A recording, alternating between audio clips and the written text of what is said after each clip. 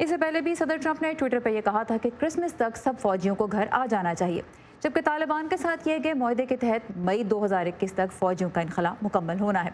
तो ये नया ऐलान क्या मानी रखता है, इसी की तफसीलात के लिए हम चलेंगे असदुल्ला खालिद की जानिब। असद, ये बताइए पहले तो कि ये जो ऐलान सामने आया है गुज़िश्ता 24 घंटों के दौरान, ये ट्रंप इंतजामिया की टाइम लाइन में कहाँ फिट होता है? सारा तकरीबन वही टाइमलाइन है जिस तरह से सदर ट्रंप, इससे पहले जो आपने भी हवाला दिया, सदर ट्रंप ने अक्टूबर में ट्वीट किया था और उसके बाद जब उन्होंने कहा था कि क्रिसमस तक वो चाहते हैं कि सारी फ़ौजें जो हैं वो वापस आ जाएं, जिसमें अफ़गानिस्तान भी था और इराक़ का भी पार्शली बात हो रही थी। उसके बाद जब उनके नेशनल सिक्योरिटी एडवाइज़र की तरफ से अगले दिन ही दोबारा से एक ब्रीफिंग दी गई जिसमें कहा गया कि वो चाहते हैं कि ये सदर की ख्वाहिश हो सकती है, लेकिन अभी तक उनकी तरफ से ये मिलिट्री ऑर्डर के तौर पे नहीं भेजा गया।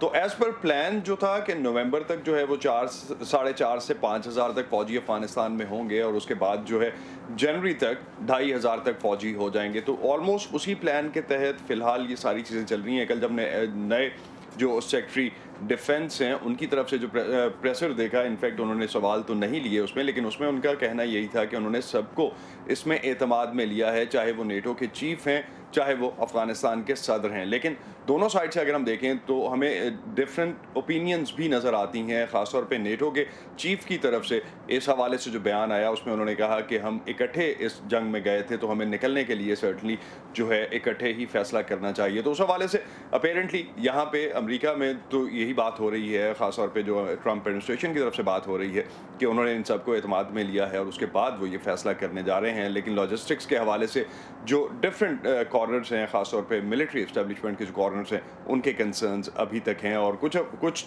बोथ साइड्स, हमें दोनों ओपिनियंस हमें उस साइड से मिलती हैं।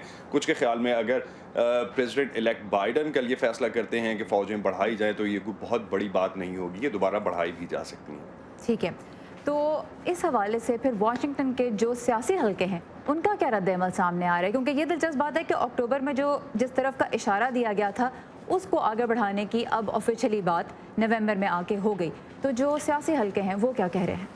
सारा बिल्कुल ठीक कह रही हैं आप। सियासी हलकों में यहाँ पे let me बाइफिकेट it into two. एक हमारे मिलिट्री साइड के हलके हैं और एक सियासी हलके हैं। आपने सियासी हलकों का पूछा तो रिपब्लिकन्स, सदर ट्रंप की जो पार्टी है उसमें भी इस पे रिसेंटमेंट नज़र आता है। उसमें भी हमने काफ़ी स्ट्रॉन्ग, ख़ासतौर पे सेनेट में जो मेजॉरिटी लीडर है मिच मैकोनेल, उनकी जानिब से जो स्टेटमेंट कल आया या परसों हमने जो उस हवाले से कुछ जो इन्फॉर्मेशन सामने आई, हिल पे जो उन्होंने ख़ासतौर पर बयान दिया था अपना, जिसमें उन्होंने कहा कि ये जो बहुत स्ट्रॉन्ग स्टेटमेंट उनका इस हवाले से था कि उन्होंने वियतनाम से जब फौज का विड्रॉल हुआ था तो उसको भी इससे कंपेयर किया।